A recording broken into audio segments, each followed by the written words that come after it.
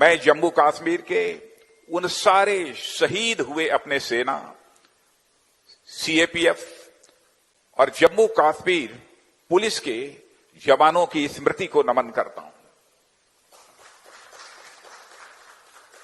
और यहीं पर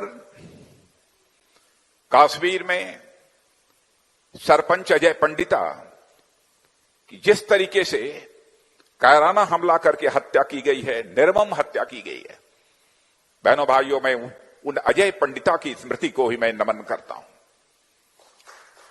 जम्मू के कार्यकर्ताओं को और जम्मू की जनता को संबोधित करने के लिए यदि मैं खड़ा हुआ हूं तो मैं पंडित प्रेमनाथ जी डोगरा को भी नमन करना चाहता हूं और साथ ही नमन करना चाहता हूं कश्मीर घाटी के बारामूला क्षेत्र के रहने वाले मोहम्मद मकबूल शेरवानी को, जिन्होंने 1947 में कश्मीर में भारत का तिरंगा झंडा फहराने का काम किया था। उनको भी मैं नमन करता हूं। दुनिया के कई विकसित देश इस कोविड-19 के कारण वह लड़खड़ा गए, चाहे अमेरिका रहा हो, चाहे ब्राजील रहा हो, चाहे स्वीडन रहा हो, लेकिन हमारे प्रधानमंत्री ने भारत में इस कोविड के संकट को जिस चुनौती के रूप में स्वीकार किया और 25 मार्च को लॉकडाउन की घोषणा की, सारे देश ने उस लॉकडाउन का पालन एक अनुशासन पर्व की तरह किया है। बहनों भाई, यदि हमारे प्रधानमंत्री ने लॉकडाउन की यह घोषणा न की होती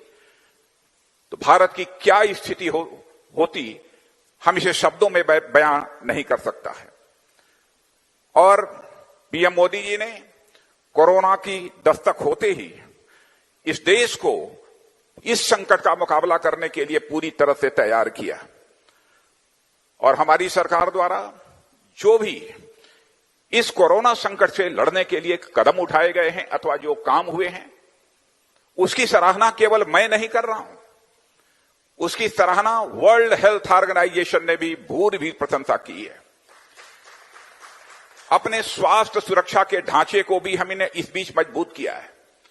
पीपीई, वेंटिलेटर्स, पीपीई वगैरह जो भारत में बनती नहीं थी, वह बनाने का, बड़ी संख्या में बनाने का सिलसिला प्रारंभ किया है। और केवल पीपीई का यूज हम भारत में कर रहे हों ऐसा नहीं है, बल्कि हम दुनिया के दूसरे देशों को भी अब वह एक्सपोर्ट कर रहे हैं। जम्मू कश्मीर का इस संकट की घड़ी में जो परफॉर्मेंस रहा है, मैं कहना चाहूंगा कि गोवा के बाद सबसे अधिक टेस्टिंग रेशियो यदि किसी यूटी का रहा है तो जम्मू कश्मीर का रहा है। इसके लिए मैं यूटी एडमिनिस्ट्रेशन को अपनी तरफ से बधाई देना चाहता हूं। यानी संकटों और मुसीबतों की चुनौती को स्वीकार करना, यह हमारे स्वभाव में है। यह है हमारी भारतीय जनता पार्टी का चरित्र। और आप भी इस बात से सहमत होंगे कि जब हम लोग 1952 में हम लोगों का पहला घोषणा पत्र बना, उसमें भी हम लोगों ने जिन कामों की चर्चा की थी, लगातार जब जब भी चुनाव होते रहे, हम लोग बराबर उन कामों की चर्चा करते रहे। मैं यहां पर चर्चा करना चाहूंगा उस धारा 370 की, 35A की।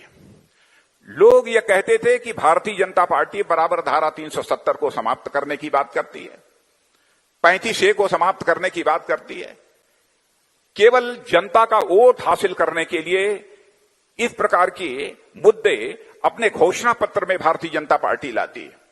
और कभी कभी हमारे कार्यकर्ताओं को भी यह लगता था कि शायद हम धारा 370 और 35A को किसी भी सूरत में समाप्त नहीं कर पाएंगे।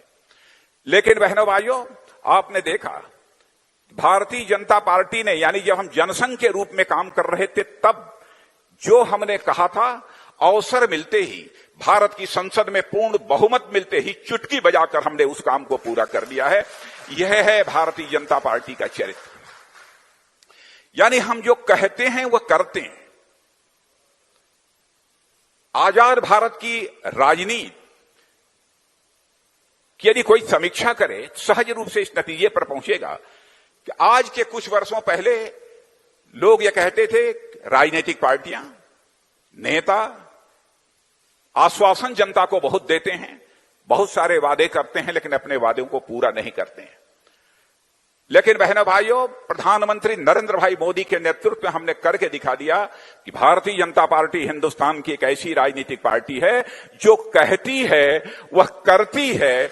हम भारत की राजनीति में विश्वास का संकट, क्राइसिस ऑफ क्रेडिबिलिटी किसी भी सूरत में नहीं पैदा होने देंगे। यह भारतीय जनता पार्टी का संकल्प रहा है और उस संकल्प को धारा 370 समाप्त करके हम लोगों ने पूरा किया है।